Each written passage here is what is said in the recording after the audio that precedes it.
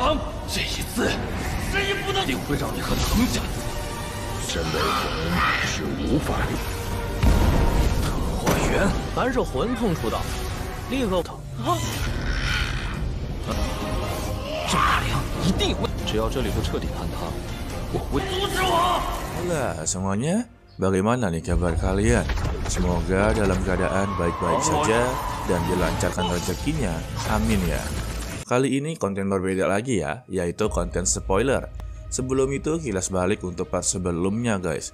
Wang Lin yang berada di celah dalam medan perang asing, dia berusaha sebisa mungkin untuk keluar dari sana. Dia juga bertemu dengan pemburu jiwa. Dia sudah berada di sana selama 300 tahun lamanya dan memberitahu kalau tidak mungkin dia bisa keluar sama sekali. Tetapi Wang Lin mempunyai ide yang begitu menarik. Dia menyebarluaskan akal ilahinya menjadi batu suci ya, yang membuat semua praktisi di medan perang langsung berebutan untuk mendapatkannya. Ya contohnya seperti Xiao Hu dan Ge Yang serta lainnya. Dia adalah pemburu harta karun yang sangat kejam ya. Tidak peduli dengan nyawa seseorang, mereka saja sudah menghabisi banyak praktisi di sana. Para petinggi juga mulai khawatir dengan medan perang asing yang mulai tidak stabil. Mereka memutuskan untuk membuka portal agar mereka bisa melarikan diri dari sana. Namun untuk Mai Liang, dia langsung dihabisi oleh Ge Yang ya, yang membuat Wang Lin mendapatkan kesempatan untuk mengambil alih tubuhnya. Dengan kesepakatan, dia harus bisa membalaskan ini semua. Kalau begitu, langsung saja kita masuk ke alur spoilernya.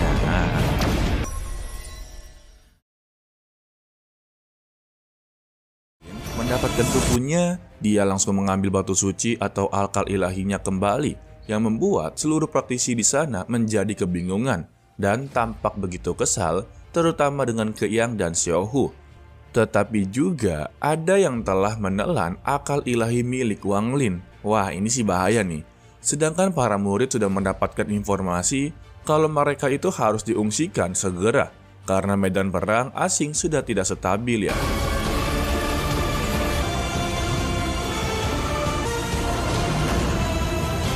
Bahkan sudah dalam keadaan berbahaya.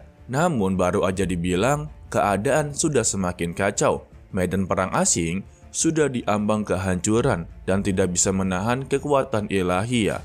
Dan perlahan-lahan medan perang itu mulai runtuh. Ada sebuah lubang besar muncul di medan perang pertempuran asing. Lubang itu juga langsung melahap sebagian besar medan perang asing guys. Buset, kali ini celahnya bukan kecil tetapi besar banget. Pada saat yang sama, 3 indera ilahi besar keluar dari celah raksasa tersebut ya, yang disebabkan oleh runtuhnya medan perang asing. Makhluk misterius yang tak terhitung jumlahnya keluar dan melompat ke atas mereka. Ini mungkin monster yang tentakel putih atau disebut sebagai jiwa pengembara ya. Setiap kultivator juga menggunakan semua kekuatan mereka untuk melarikan diri menuju array transfer atau portal untuk melarikan diri ya. Ada yang sudah terlambat, ada juga yang sudah berhasil keluar. Dan ketika ada 3 jiwa raksasa muncul, Wang Lin segera menyadari satu hal. Dia sangat begitu akrab dengan 3 jiwa tersebut. Tetapi Wang Lin di sini sangatlah santai sesantainya. Dia duduk bersila dan siapa sangka kalau jiwa yang mengejar Wang Lin langsung menjadi ragu untuk mendekatinya. Dan Wang Lin berteriak sambil membuka matanya, "Tahu tempatmu sendiri," yang membuat semua jiwa di sana langsung berteriak kesakitan dan hancur begitu saja ya. Bahkan juga ada yang mencoba untuk melarikan diri dari sana. Namun, jiwa yang melarikan diri darinya langsung ditangkap oleh Wang Lin dan diserap olehnya ya. Dan juga dia mendapatkan pesan dari seseorang kalau dia ini sangatlah kuat dan dia tidak percaya kalau Wang Lin berhasil meninggalkan tempat ini. Dan ini adalah si makhluk emas sebelumnya, si penelan jiwa ya. Tetapi tempat ini akanlah runtuh. Tugas dia berdua sebenarnya sebagai pemakan jiwa adalah melahap tempat ini agar tidak runtuh ya.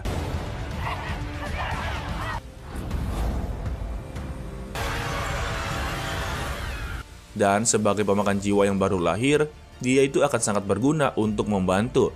Dan 3 jiwa indera yang menunggu tanggapan Wang Lin, apakah harus melahap ruangan yang akan runtuh atau tidak.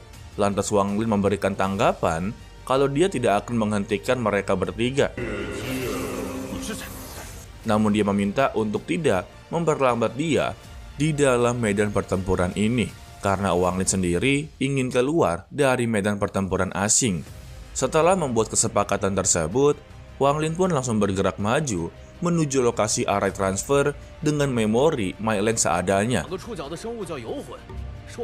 Dalam perjalanan juga, dia melihat jiwa-jiwa yang berkeliaran, tetapi mereka tidak berani mendekati Wang Lin. Tetapi saat dia terbang, Wang Lin pun langsung tiba-tiba berhenti dan melihat ke barat laut. Dia merenung sedikit dan langsung terbang ke sana. Tetapi tidak lama kemudian, dia melihat 3 bekas cahaya terbang ke arahnya, yaitu 10 jiwa pengembara yang mendekati praktisi kuil Dewa Perang. Salah satunya Cao Qihong yang merasa kalau mereka bertiga masih hidup dari kuil Dewa Perang ya. Padahal sebelumnya masih ada 10 kuil Dewa Perang yang bersama mereka, dan kini tersisa hanya 3 orang saja. Namun ketika mereka sedang membicarakan Mylang, mereka semua langsung terkejut kalau Mylang dengan cepat langsung menghampiri mereka. Cao Qihong sebagai adik seperguruannya langsung berteriak kalau itu adalah kakak laki-laki Mylang. Tetapi mereka tidak tahu kalau itu adalah Wang Lin. Dia sendiri memandang ketiga teman dari Mylang dan tidak mengucapkan sepatah kata apapun.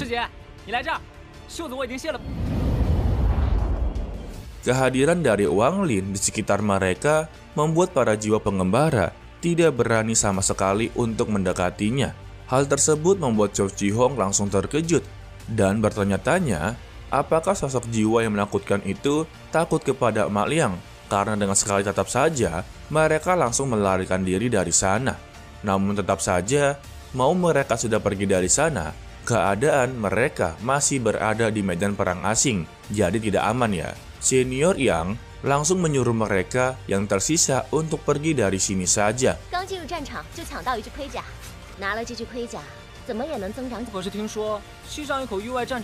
Wang Lin juga mendapatkan ingatan dari Mylang. Dia tidak perlu lagi menanyakan nama mereka masing-masing dari Senior Yang, Cao Qihong, dan Lin Tao. Di sini Wang Lin akan sebisa mungkin untuk menyelamatkan mereka bertiga, sebab mereka bertiga ini sangat dekat dengan Mylang ya. Jadi Wang Lin harus membantu mereka dengan cara apapun. Ya intinya persahabatan layaknya saudara lah. Dalam perjalanan untuk melarikan diri, Wang Lin teringat apakah dia masih memiliki mutiara surgawi di dalam tubuhnya. Karena saat ini tas berisi labu dan semua hartanya sudah dihancurkan oleh Teng Hua ya. Apalagi sekarang dia ini berada di tubuh baru. Jadi semua hartanya itu tidak ada guys. Beruntung ada 4 array transfer yang tersebar di dalam medan pertempuran asing.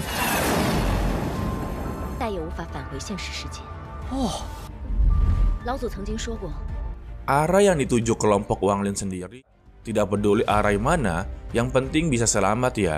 Tetapi untuk keluar dari sana membutuhkan yang namanya token atau giok ya. Dan di sini Wang Lin sama sekali tidak mempunyainya. Beruntung dia ini bersama kuil Dewa Perang yang membuat dia harus kembali ke kuil Dewa Perang juga nantinya, negara Hofer. Dan dia juga masih mempunyai tugas utama saat ini, menemukan keberadaan Su Hao dan Ge Yang. Karena guys, dia sudah mempunyai janji untuk menghabisi mereka berdua. Bukan hanya membalaskan semua ini, tetapi juga mencegah masalah apapun di masa depan ya.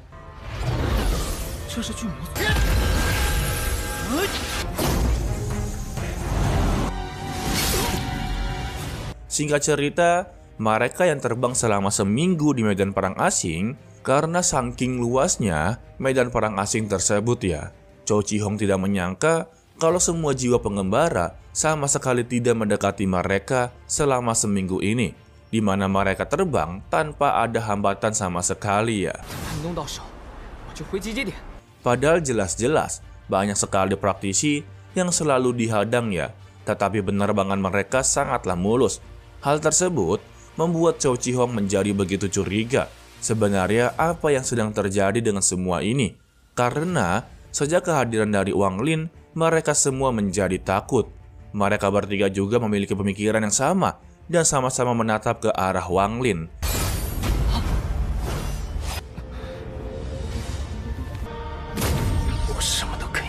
Waduh, bahaya nih. Jangan sampai ketahuan ya. Kalau ketahuan, Wang Lin bisa menghabisi mereka bertiga, guys. Dan akhirnya, mereka melihat array transfer di depan.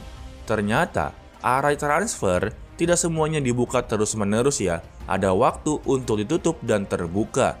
Jadi mereka mempunyai kesempatan waktu dalam 2 hari saja.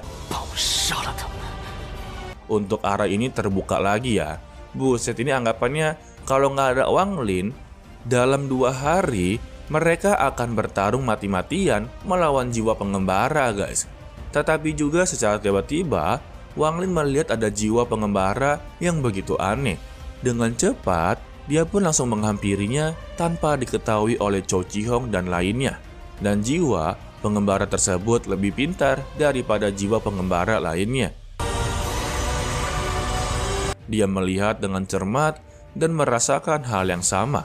Kalau jiwa pengembara ini sama seperti dia melihat jiwa baru dari si Tunan.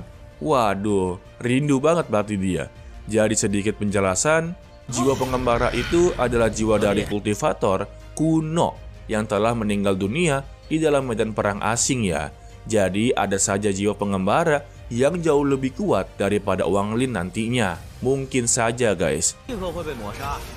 Ini, Wang Lin sudah mengetahui kalau Lin Tao menyadari Mak Liang sudah meninggal dunia ya. Bahaya. Lantas Wang Lin tidak mau dirinya diketahui.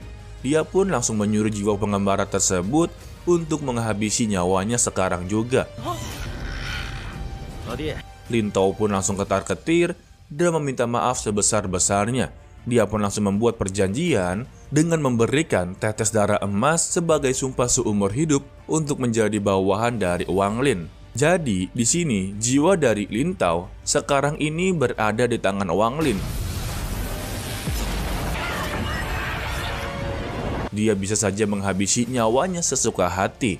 Namun dengan semua itu juga, mereka mengetahui kalau Mak Liang telah meninggal dunia. Alhasil, mereka bertiga juga menjadi budak dari Wang Lin, guys. Sebab guys, Wang Lin ini tidak mau semua orang mengetahui keberadaannya ataupun kebangkitannya ya.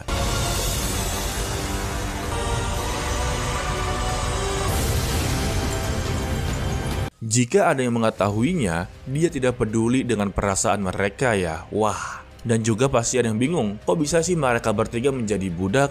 Karena mereka bertiga termasuk orang yang telah menelan batu suci milik dari Wang Lin ya, yaitu akal ilahinya yang berwarna emas. Begitu guys. Singkatnya, 2 hari pun telah berlalu. Array transfer akhirnya dibuka. Mereka bertiga sudah siap untuk pergi dari sana. Namun tampaknya itu semua mengundang para jiwa pengembara. Dan kali ini sudah mulai berani untuk melawan Wang Lin. Lantas dia menyuruh bertiga untuk memasuki array transfer terlebih dahulu. Dan posisi Wang Lin kali ini berada di luar ya, untuk menjaga mereka. Dan pertarungan dengan 1000 jiwa sampai 2000 jiwa langsung terjadi guys.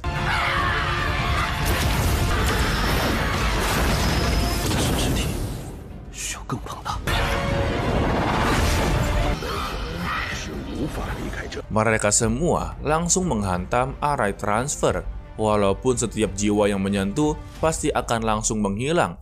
Dia pun berjuang di luar untuk menahan array tersebut. Karena guys, sekuat apapun array itu, kalau dikeroyok 2000 jiwa itu sangatlah sulit dan juga takutnya hancur. Betul bukan?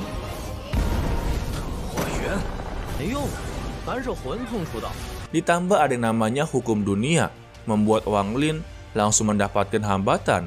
Dan juga ada garis hitam yang mencoba untuk menahannya untuk ikut ke dalam array transfer. Dia berjuang sekeras mungkin untuk bangkit, walaupun tubuhnya mengalami luka parah dan tekanan yang begitu kuat. Lalu dia pun langsung mengeluarkan token milik dari Mak Liang ya. Dan dia pun langsung mengeluarkan token tersebut dan berteriak sebisa mungkin kalau dia itu adalah Ma Liang. Sedangkan untuk Su Hao dan Ge Yang, mereka berdua sudah meninggal dunia juga, dimakan oleh para pengembara jiwa guys. Dan semua harta yang dia rebut dari semua praktisi malah terhisap oleh Wang Lin, yang membuat dia memiliki banyak sekali harta berlimpah ya. Dan dia pun langsung menggunakan semua batu spiritual di sana untuk membuat dia semakin menjadi lebih kuat lagi.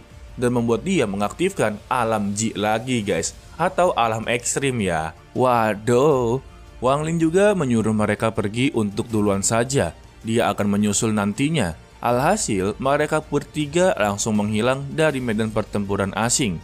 Sedangkan untuk Wang Lin sendiri, dia harus menghadapi garis hitam atau tangan hitam yang terus menahannya ya. Tidak mau kalah juga, Wang Lin mengeluarkan 1000 simbol pertahanan untuk menahan serangan tersebut. Dengan kekuatan alam Ji-nya, membuat dia sangat mudah untuk menahan serangan dari garis hitam itu. Dan perlahan-lahan, jumlah garis hitam langsung membentuk tangan raksasa yang langsung membuat mereka berdua melakukan bentrok kekuatan. Berkat itu semua juga, tangan raksasa hitam perlahan-lahan mulai menghilang. Sebab kekuatan alam Ji milik Wang Lin sudah berada di tahap sempurna, yang membuat Wang Lin berhasil memasuki array transfer guys, dan memasuki dunia orang hidup ya.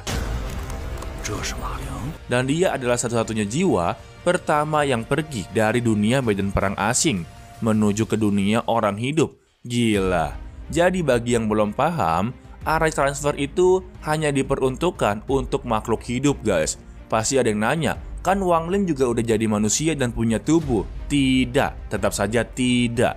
Karena dia sebenarnya bersifat jiwa dan mengambil tubuh orang yang sudah mati.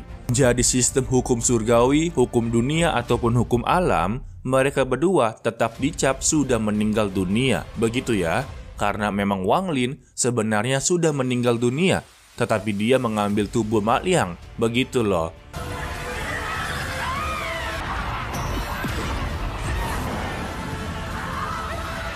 Namun guys, tetap saja di mata kita kalau Wang Lin tetaplah hidup ya, selama tongguannya masih ada. Terus ada yang nanya nih, berarti kalau Wang Lin sama dong kayak si Tu Nan? Betul sekali guys, Wang Lin sama kayak si Tu Nan yang ingin mencoba mengambil alih tubuh Wang Lin sebelumnya, begitu kan? Dan juga sedikit klarifikasi untuk kalian, mungkin kemarin Mimin salah penjelasan ya, tetapi ini kayaknya mungkin benar.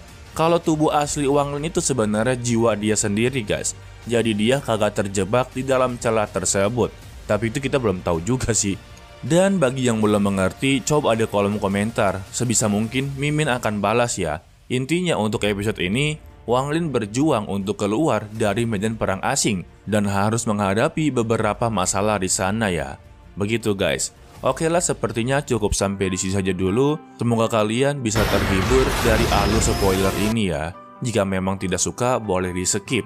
Mimin hanya memberikan wadah untuk para orang yang suka spoiler